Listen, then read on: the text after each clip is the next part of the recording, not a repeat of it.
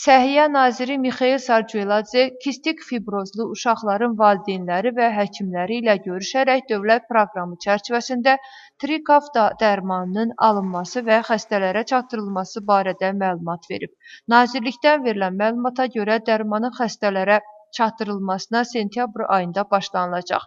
Görüşdə valideynlər dərmanın mövcudluğunun uşaqları üçün yeni bir müalicə variantı olacağını qeyd ediblər və nazir dərmanın tətbiqi üçün lazımi prosedurların davam etdiyini bildirib.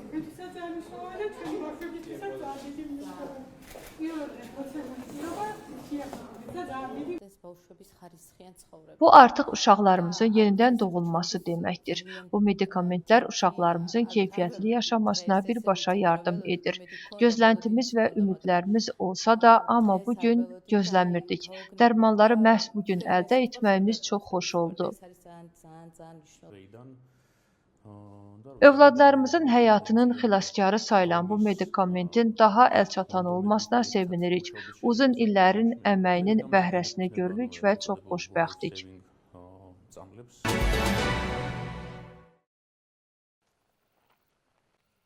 Ətraf Mühit və Kənd Təsərrüfatı naziri David Sonqulaşvili işgüzar səfəri çərçivəsində yerli hakimiyyət orqanları ilə birlikdə Dmanisi bələdiyyəsində yerləşən Qafqaz İsveçrə Kənd Təsərrüfatı məktəbini ziyarət edib və məktəbin fəaliyyəti, tədris prosesi, istehsal sahələri ilə tanış olub. David Sonqulaşvili məktəbin infrastrukturuna, heyvandarlıq fermasına və süd emalı zavoduna baxış keçirib.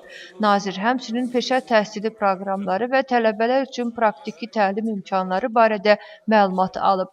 Səfər çərçivəsində nazir kənd təsərrüfatı sektorundakı mövcud imkanlarla və kənd təsərrüfatı sektorunda həyata keçirilən fəaliyyətlərlə tanış olub. Bilirsiniz ki, heyvandarlıq kənd təsərrüfatının ayrılmaz əhəmiyyətli sahəsidir. Buna uyğun olaraq da nazirlik bu sahəyə xüsusi önəm verir. Bu istiqamətdə təhsilin də böyük əhəmiyyəti var. Bu qədər şəraitin, imkanın bölgələrdə olduğu halda gənclərə maksimum imkan yaradılır ki, bu sahəyə üz tutsunlar.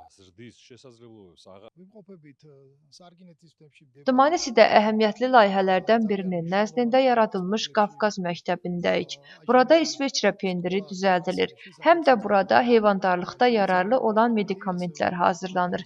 Gənclərin bu istiqamətə maraq salması bələdiyyəmiz üçün mühüm addımdır. Dmanisi kənd təsərrüfatı və heyvandarlıqla fəal bələdiyyədir.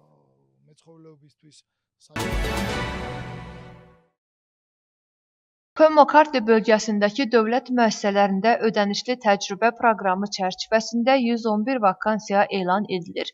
Proqram ölkə üzrə 3000-dən çox vakansiyanı əhatə edir və gənclərə dövlət sektorunda praktik təcrübə qazanma və 3 aylıq təcrübə proqramı çərçivəsində yeni işçilər işə götürmə imkanı təqdim edir.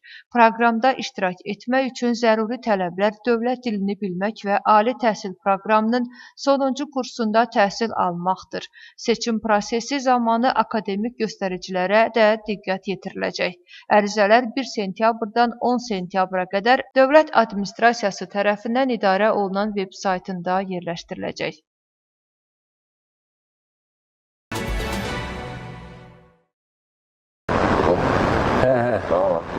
Dövlət Təhlükəsizlik Xidmətinin Korrupsiyaya qarşı mübarizə agentliyi 5 Gürcüstan və 1 Türkiyə vətəndaşını fırıldaqçılıq və fırıldaqçılığa cəhd ittihamları ilə həbs edib. İstintaqa görə saxlanılanlar xarici vətəndaşlara pul müqabilində Gürcüstanda yaşama müddətlərinin və qanuni qalma müddətlərinin uzadılmasında kömək vəd ediblər, lakin vədlərini yerinə yetirməyiblər. Cinayətdə iştirak edən digər şəxslərin müəyyən edilməsi üçün istintaq tədbirləri davam etdirilir. Təqsirli bilinərsə, onları 9 ilə qədər həbs cəzası gözləyir. Beynəlxalq axtarışda olan Birləşmiş Ştatlar və Özbəkistan vətəndaşı Tbilisi Beynəlxalq Hava Limanında saxlanılıb. Daxili İşlər Nazirliyinin Mərkəzi Cinayət Polis Departamenti və Gürcüstan Baş Prokurorluğunun əməkdaşları onu Amerika hüquq mühafizə orqanları, o cümlədən Federal Təhqiqat Bürosu ilə əməkdaşlıq çərçivəsində saxlayıblar. Birləşmiş Ştatların hüquq mühafizə orqanlarının məlumatına görə həmin şəxslər IŞİD də daxil olmaqla xarici terror təşkilatına maddi və maliyyə dəstəyi təşkil etmək, digər şəxslərin Suriyada döyüşmək üçün səyahətini asanlaşdırmaqda ittiham olunurdu.